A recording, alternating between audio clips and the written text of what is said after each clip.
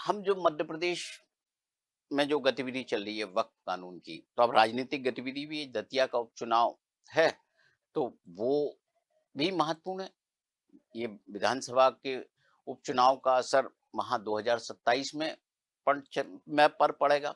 उपचुनाव के लिए जो वोटिंग है दतिया में, वो 30 जुलाई को होगी। दतिया उपचुनाव में कांग्रेस के जो विधायक हैं, वो राजेंद्र भारती की सदस्यता समाप्त हो गई, इसलिए दतिया में उपचुनाव हो रहा है। दिलचस्प है, आप देखिए कि पी चिदम्बरम जैसे बड़े वकील हाई कोर्ट में पेश होते हैं, और अभी तक जो चुनाव की प्रक्रिया है उसको रुकवा नहीं पाए। कई दिनों से ये जो है कोशिश चल रही। राजेंद्र भारती की सदस्यता चूंकि समाप्त हो गई है, इसके कारण ये उपचुनाव हो रहे हैं। भारती को अदालत ने जो 25 साल पुराना एक एफडी की धोखाधड़ी से जुड़ा हुआ मामला था, उसमें 3 साल की सजा सुनाई थी। तो जो हमारे देश का जो कानून है, जो राजनीति में अपराधीकरण को रोकने के लिए है, उसमें ये प्रावधान है कि यदि आप 2 साल से अधिक की सजा होती है तो आपकी सदस्यता चली जाएगी। राजेंद्र भारती को 3 साल की सजा हुई, तो उनकी सदस्यता समाप्त कर दी गई। अदालत ने उन्हें 60 दिन का समय अपील के लिए दिया था। भारती ने दिल्ली हाई कोर्ट में अपील तो की है, लेकिन अदालत से उन्हें सजा पर स्टे नहीं मिला, जिसके चलते सदस्यता गई और उपचुनाव की नौबत आई। इस उपचुनाव का असर मध्य प्रदेश की राजनीति में तो होगा ही, लेकिन ये उत्तर प्रदेश तक भी अपना असर छोड़ेगा। चुनाव के परिणाम चाहे भाजपा के पक्ष में आए या कांग्रेस के, असर तो होगा। दतिया के आसपास उत्तर प्रदेश के जो 4 जिले हैं, जहां इस चुनाव के परिणामों का शोर सुनाई देगा, झांसी, जालौन, ललितपुर और उरई।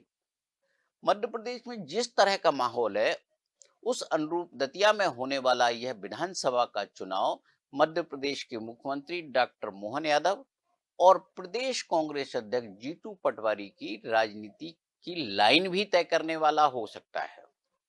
विधानसभा चुनाव 2023 के बाद से मध्य प्रदेश में 3 सीटों पर उपचुनाव हो चुके हैं। इनमें विजयपुर, बुधनी और अमरवाड़ा अमरवाड़ा शामिल है। भाजपा ने बुधनी और अमरवाड़ा में, तो कांग्रेस ने विजयपुर में जीत दर्ज कराई है। भाजपा ने बहुमत ना होते हुए भी हाल में राज्यसभा सीट जीती है। मीनाक्षी नटराजन वाली जो सीट है, वो भाजपा के पास बहुमत नहीं था, फिर भी जीती। ऐसे में जनता के बीच में जाकर उपचुनाव हारे तो आरोप लगेंगे कि लोग भाजपा को नकार रहे हैं। कांग्रेस आरोप लगाएगी कि छल कपट से चुनाव जीतने वालों को मैदान में जनता ने नकार दिया। जीत दर्ज कराकर भाजपा ऐसे आरोपों से बचना चाहती है। विजयपुर उपचुनाव में हार का सामना करना पड़ा है।